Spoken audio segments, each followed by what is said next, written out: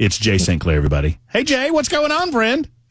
Hey, man, how you doing? I'm good. You all right? If I were any better, I would own the law firm that represents Donald J. Trump.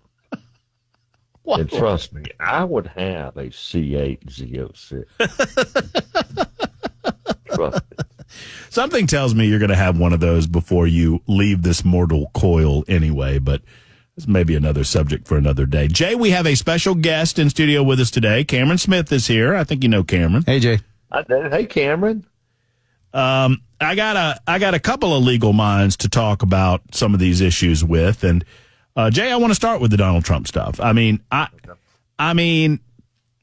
guess I understand. I'm trying to put my liberal hat on and understand where the judge would be coming from or how to explain away the judge when he tells Donald Trump that Donald Trump's not allowed to offer remarks in the closing arguments of this case in New York City. Now, you've expressed that there's a lot about this case that causes you to scratch your head a little bit.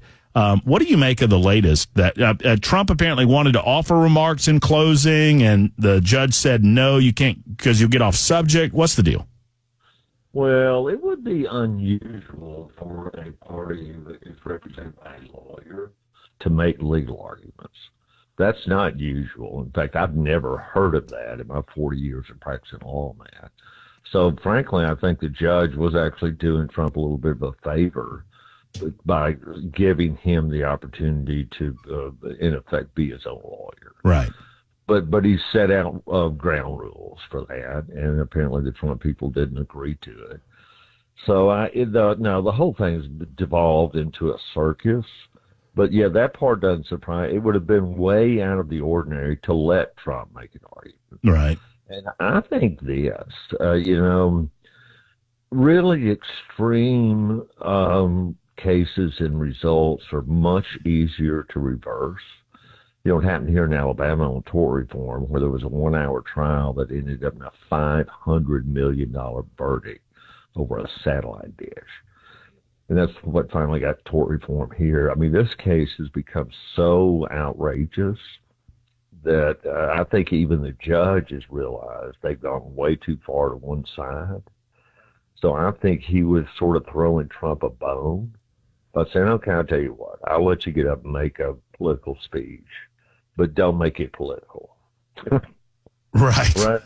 The reason Trump wanted to, do you think Donald Trump was going to argue the law? No, he didn't know the law.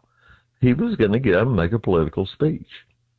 And the judge, frankly, I think he made a mistake when he offered him the opportunity to do that.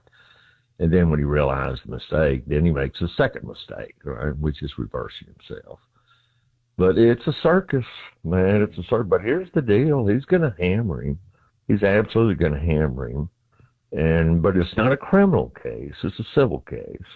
It'll be appealed. And the more outrageous the verdict is, the better it is for Trump on appeal. You know, now the Attorney General up there is asking for, I don't know what, $350 million. And Trump can never set foot in the state of New York again. And he has to turn in all merchandise that he has that says, I love New York. It's kind of like, somebody has been listening to us talk. Like people will talk about, can I file this lawsuit? It takes two things to file a lawsuit, right? Yep. $400 in the crown. Well, did you see the guy out in Texas that sued Walmart because he claimed, I don't know, false arrest, charged him shoplifting for something he didn't do. And he filed a lawsuit himself. I would love if it was written down with a crayon. And what he's asking for is free merchandise from Walmart for life. He can go into Walmart and just pick whatever anytime he wants to, get anything he wants to, and he doesn't have to pay for it. What is the basis of the lawsuit, Jay? I think he's claimed they accused him of shoplifting, and it wasn't true. That's pretty $400 in a crayon, man. So we've well trained the listening audience on these Fri Jays together that do not ask Jay if I can sue for any reason, because the answer is always yes. Of course you can. Of course you can. Now, what they really want to know is what, Jay? Am I going to win? If I sue, am I going to win? So you believe it is fait accompli that, I mean, and it's pretty obvious to even the layman watching this, that it's a judge verdict. For those who haven't been paying close attention, there's no jury in this New York case. Right. Didn't Donald Trump want a jury? Well, he said he did. I don't, frankly, in New York, in Brooklyn or Manhattan, I don't think it would have made a difference. I think he was just saying that because he knows he couldn't get one. Although in this case, it might have made a difference. I thought in this one that his attorney said he wanted the trial without the jury, but then he said he wanted the jury. Right. That wouldn't surprise me. Yeah. Well, but either way, by law, they're not entitled to a jury. So it's an odd. The whole thing about it is very odd. So he'll get a guilt. The guy will find him guilty. I mean, the judge in the case has already essentially said that he did what they're trying him for, right? That's right. The only question now is how big of a check does he have to write to the state of New York? And it'll be north of $250 million. And then it'll get appealed, and that appeal will not be decided before the November election. And it'll be sitting out there. And do I have this correct, Jay? And Cameron, you can jump in here too. Donald Trump is being charged with getting good interest rates on loans that he subsequently paid back.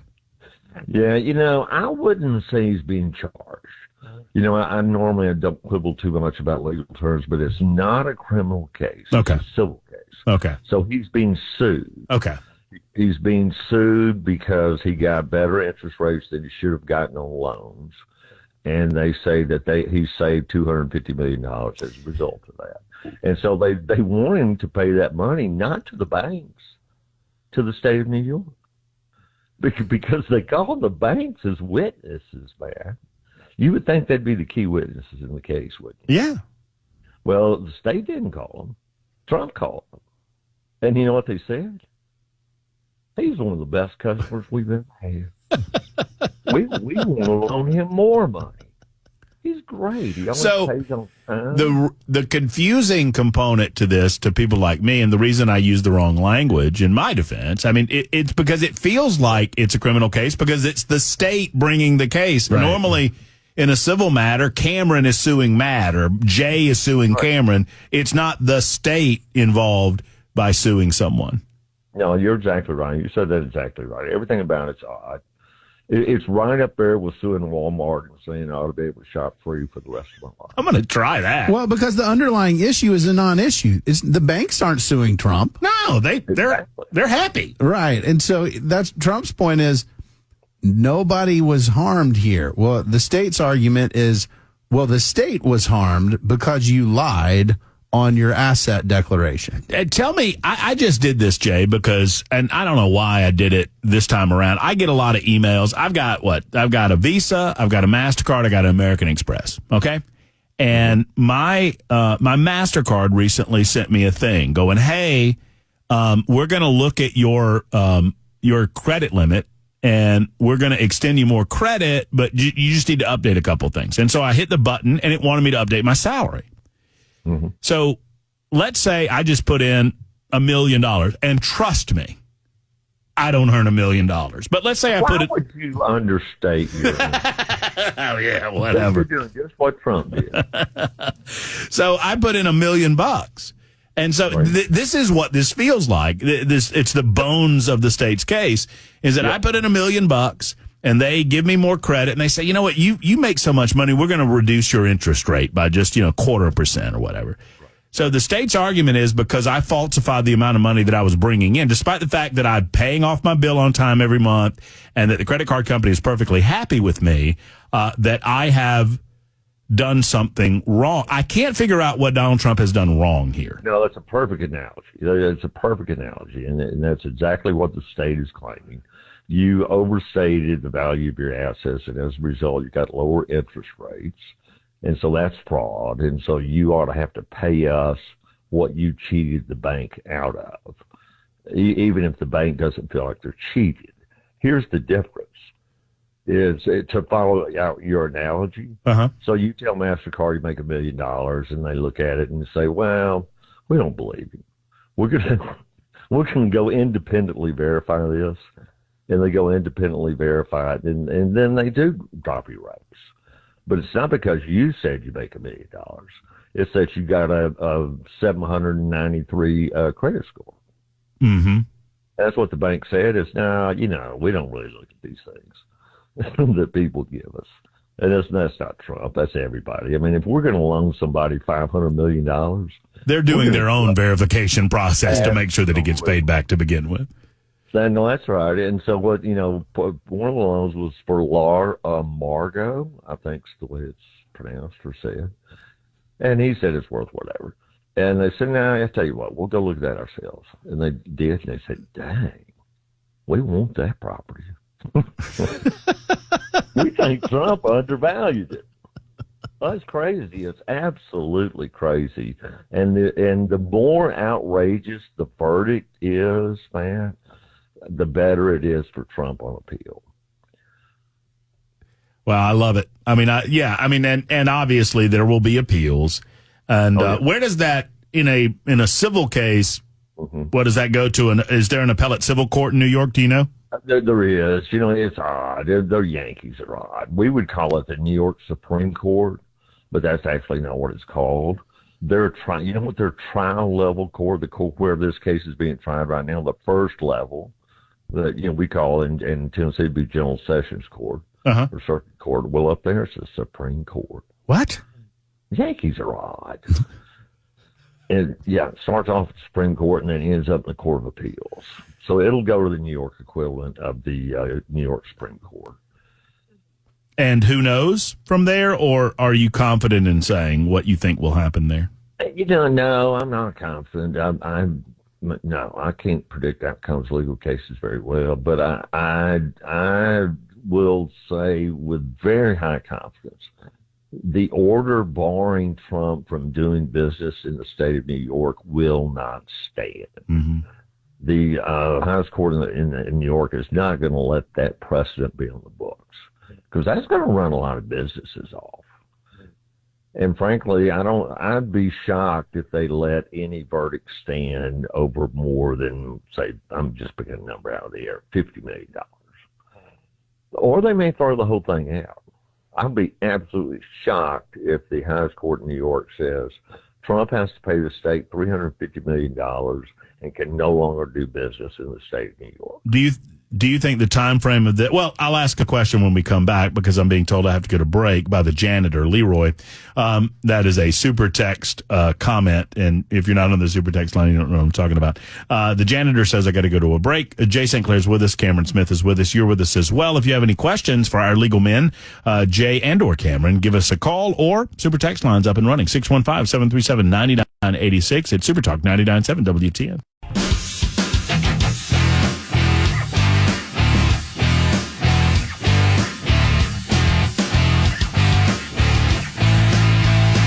Super Talk 99.7 WTN, Matt Murphy and you.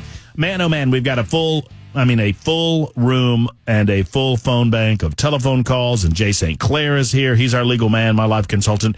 We got Cameron Smith, who's hanging out with us. He was unable to come by on Wednesday, so he's here today. And you on the phones on a First Amendment Freestyle Friday, it's also Fri Jay, 615-737-9986. So the follow-up then, Jay, is the timing of it. So if it is going to appeal, I know that these things can happen as slowly. I mean, I don't know if you remember this, Jay, me telling you a brief summary of my time in court. I laugh because Jay was my guy.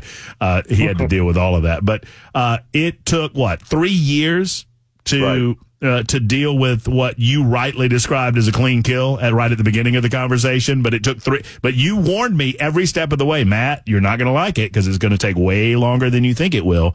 So I guess how long does this take? I mean, does this extend beyond the election?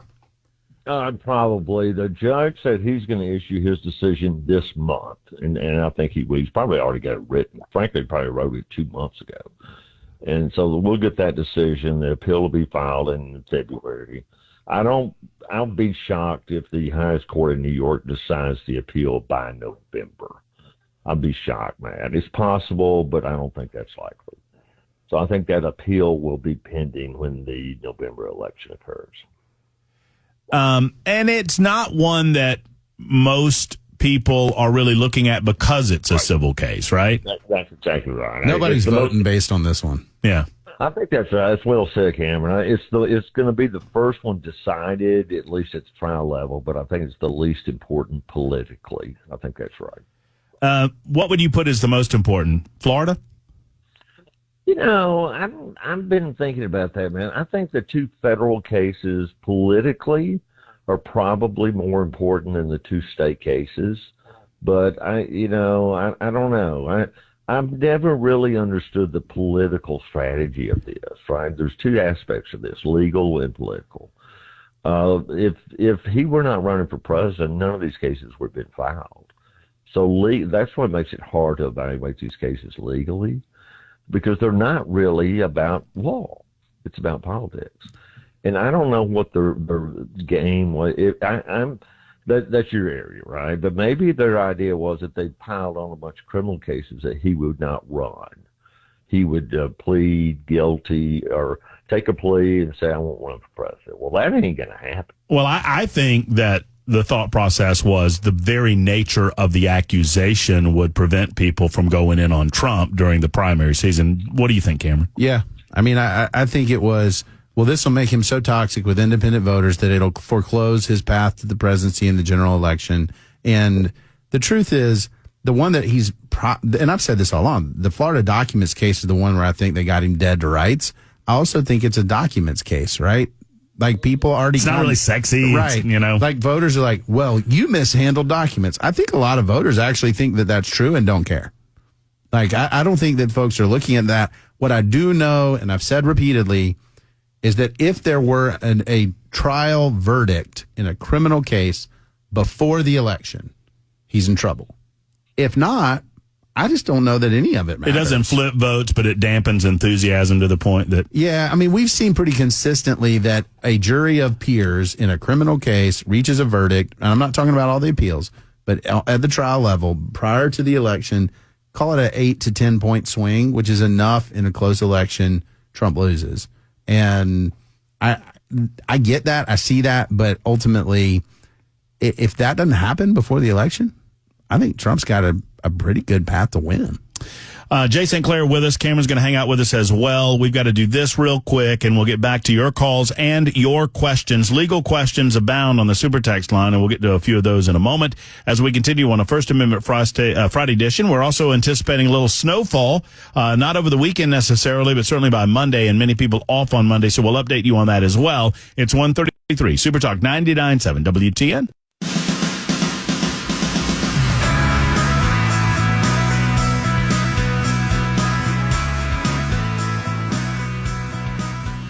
Super Talk 99.7 WTN. Getting back to Jay St. Clair in just a moment. He's on the line with us, our legal guy. We've got another legal guy. I mean, I guess by trade you're a legal guy, right? I mean, you studied. I mean, you went to Alabama School of Law? The University of Alabama School of Law. Yeah. You know where Jay went? Mm-mm. You don't know where Jay went? Where'd you go, Jay? Hold on. Let me. Hey, wait. Ask him again. Where'd you go to law school, Jay? Yale. Where'd you go to law school, Jay? It's never not funny to me. That never will always be funny to exactly two people. And Cameron's not one of them. Hey, before we get back to any conversation about the law, I need to remind you that coming up Monday, a very special day. I mean, I know it's a holiday for some folks. It's MLK Day, and some folks are taking the day off. I am not. I will be here from noon until 3. Brian Wilson will be on the drive from 3 until 7, and he will be on remote location in Iowa, where it is expected to be -3 degrees. He is there covering the caucus like the morning dew or the snowfall in that state. What? Why are you giggling at me? Covering the caucus. Covering the caucus. Anyway, he's in Iowa all day on Monday. He'll be calling in to all of the programs and doing his own show Monday. I'm in for Brian on Tuesday, and his Monday presentation from Iowa will be brought to you by Busy Bee Plumbing, Heating and Cooling, as well as the Charlie Daniels Journey Home Project. And we certainly appreciate those two wonderful organizations for helping us bring you Brian Wilson in Iowa. Should I just call it Covering the Caucus with Wilson and the team on Super Talk 99.7 WTN? I'm just imagining how that's going to go, and it's going to be like, well, they're still talking. They're still talking. Yep. Is that your Wilson impersonation? There's more talking happening, and eventually they'll reach a decision about a person. What I love about this is that Wilson is such a bloodhound when it comes to politics, and I fashion myself a little this way too. I think you are too, but I'm not this dedicated. No, to go to Iowa. No, to get on the ground in Iowa, and now you can hear that he's excited about doing it. But there's also a little regret way somewhere deep down because he keeps looking at the weather forecast and it's -3. Jay, what's the coldest you've ever been not on the golf course? Well, the coldest I've been on the golf course. I went to Minneapolis in January, man. I had no idea about Minneapolis. It was 10 degrees below zero. Mm. There's millions of people just moving around. It's like another normal day. It's shocking. It's true. Minnesota temperature, St. Paul, Minneapolis. I mean, the fact that humans subject themselves to that and it's real is just insane. There are people. Yeah, there are people that live in the United States of America that have specialty made heaters to put on their cars so their oil doesn't freeze. Right. Okay? The oil in the pan of their vehicle has to be heated with specialty heaters so as to not freeze in, -20 degrees or whatever it is. And so the block doesn't crack too. So you warm the block up slowly before you start the car. Unbelievable. Yeah. No, it's crazy. No. I am, every time we talk about the cold, I'm reminded of, and this is completely off subject and off topic, but it is a good recommendation. I saw a special on PBS, and I have forgotten what it was called, but it's about a guy he worked in the corporate world, I want to say New York City, and he retired. He made enough money where he was able to retire at the age of 55. And he moved to Alaska. He bought a piece of property in Alaska, moved to Alaska, and he took he took some rudimentary tools and he took a video recorder, like an old school 8mm type deal, and he videotaped himself building a homestead in Alaska. He lived there by himself for 30 years, from 55 to 85. He recorded so much, and he did a lot of note taking in journals and whatever. But he lived by himself. He would go to the whatever nearest town every 6 months or so. We would visit his family once a year, but he lived there until the age of 85, and they did a documentary on him, and it is fascinating how this dude lived his life. Like during the winter months, every day he had to retread the trail that goes to the river and then had to re-auger the 2 feet of ice that he had to go through to get to water. Wow. To get to water. Yeah. I might have just melted some of that snow, but that's me. I mean, hey, buddy, there's no... You know all that stuff you're tossing out of the way? Sure beats drilling a 2-foot hole. Jay, a lot of folks asking some legal questions. I want to get to a few of these here. While I'm looking these up, any thoughts on... I'm tossing you a curveball, but I'm thinking about it because Cameron Smith is here. This idea, this check and balance with the Congress and the President of the United States, I don't know if it passed your radar this morning as you were looking at headlines, but... No, I saw it. War Powers Act. So right. the President is not... Does all of this depend on what we call what the definition of is in terms of emergency? It's all about gray, right? It's a gray area. There's not a bright line between what is war and what is not. And this has been true for decades, right? And I think that actually goes back to Vietnam. I think that's when that law was passed. And so, there's always been, well, at least in the 20th century, a tension between the legislative branch and the executive branch on what has to be approved or not. And, you know, it's very fact specific, Matt. I mean, each situation has to be looked at on its own. And, you know, Congress, every so often they'll flex their muscles and trying to say, hey, we're a co-equal branch of government. But 90% of the time, they just let the executive do what, you know, he wants to do. You know, you've talked about this a lot, and it's kind of a burr in your saddle that the legislative branch has brought a lot of this on themselves. Walk through that for folks who don't know, Jay. No, absolutely. They have ceded a huge amount of their power to the president. And it's been both parties, Matt, and it's happened, well, it really started during the New Deal in Roosevelt. But, it keeps going even today, where they passed, well, my best example is the Occupational Safety and Health Act. It was passed in 1970, and the law is about 2 pages long. And basically all it says is, here's the two main provisions in that law, man. Every employer must have a safe workplace. That's the law. Every employer must have a safe workplace. Right. That's it. And we hereby give the Department of Labor the power to issue regulations to enforce this law. Thank you very much. Seems pretty straightforward. It's not. So the law is 2 pages long. The regulations are thousands of pages long. Congress didn't write the law. The Department of Labor wrote the law. And there are many, many examples of that. And that's why we're seeing all this stuff about executive orders. Because over time, Congress has ceded their power to the president. Yeah, that was actually one of the big issues that I worked on in Congress as a staffer. Is I wrote a piece of legislation called the REINS Act that would require Congress on these major rules to essentially vote on them for them to take effect, to reclaim that authority they've delegated, because it's a huge, huge issue across the federal government. And, you know, on the war powers stuff, and I pulled up the statutory language. There's basically 3 ways the president can engage. It's a declaration of war. Sure. Statutory authorization, and this is the one that Biden's operating under, is this third one. A national emergency created by an attack upon the United States, its territories or possessions, or its armed forces. And so they're leaning on some of these strikes, like drone strikes and whatever. Right. So if you have like American soldiers at a base and rebels run a drone and attack them, now you've got an attack upon the United States or its armed forces. We had some wiggle room there. And so that's what they're arguing. What was the second one again? That's the one that Bush used for Iraq. Specific statutory authorization. So this is like contingency operations or something like that it's already standing.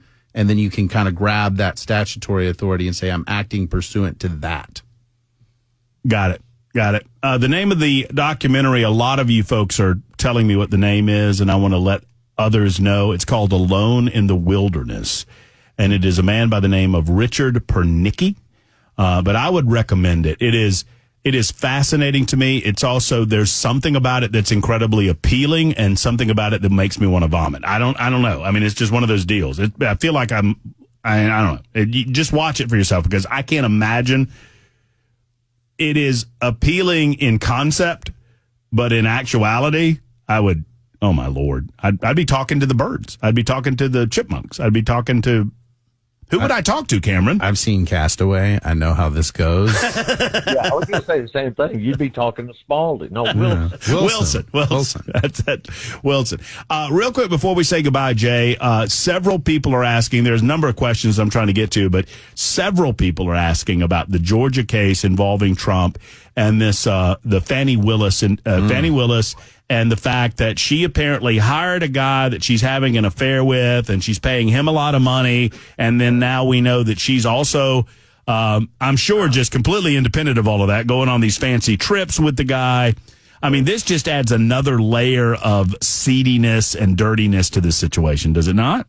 No, it does. And honestly, I don't know that it really affects it that much legally, Matt, but again, it's more politically. I mean, for example, let's say in the middle of a trial, the prosecuting attorney gets a ticket for DUI. Well, it's not a good development for the prosecuting attorney, but I don't think that stops the case, right? It doesn't have anything to do with the facts of the case. So I don't think that's a grounds to dismiss the case. but it may be grounds to fire her. And then if a new prosecutor steps in, then that slows it down. But again, none of this is really about the law, man. It's all about politics. And it so happens with Trump, people shoot at him, and it ricochets, and they shoot their eye out. Mm-hmm. Just like in that Christmas movie. Mm-hmm. People try to shoot him, and they shoot their own eye out. It's just remarkable. Yeah, I mean, it is the blowback and what happened. I mean, like Cameron said, and I agree with him completely. I think that all of this was initiated on the belief that this would dirty him up to the point that people were like, okay, we can't support him anymore. And it's just made him stronger and galvanized support behind him to the point that now that they're in it, they have to finish it. At least they feel like, and I think the Florida thing there's a little more validity because I think Trump may have played fast and loose with documents, but with that case, we feel like, well, that's not something that any other president hasn't done. I mean, we saw that Joe Biden had done it, so yeah. And if you get him, the one about the Florida case that concerns me is sort of the cover up. It seems like the prosecutors have evidence of, hey, you knew that you messed up. And then instead of like making it right, you covered it up. And that's usually what gets politicians is a cover up. But I think at this point, I mean, remains to be seen. I understand what you're saying about possibly hurting him from a percentage in the polls. I don't know that an initial trial guilty verdict hurts him. Well, keep this in mind, Matt. Big difference in that case and all the other ones. It is in a red state. That's true. Yeah. I mean, yeah, the makeup of the jury is going to be, yeah. Florida, only takes one. Is a Florida jury going to unanimously convict Trump after he has been nominated to be the Republican nominee for president? Great question. Only takes one. Great question. Jay, thank you so much for everything. We appreciate you, my friend. I'd love to come down and play golf with you, but I think there's going to be snow. No, I wouldn't do it this weekend. I'm going to the track. But if you run into Pamela Furr, tell her, hope she's feeling better. All right, I'll do it. Thanks, Jay. Take care. See you, bud. Did not.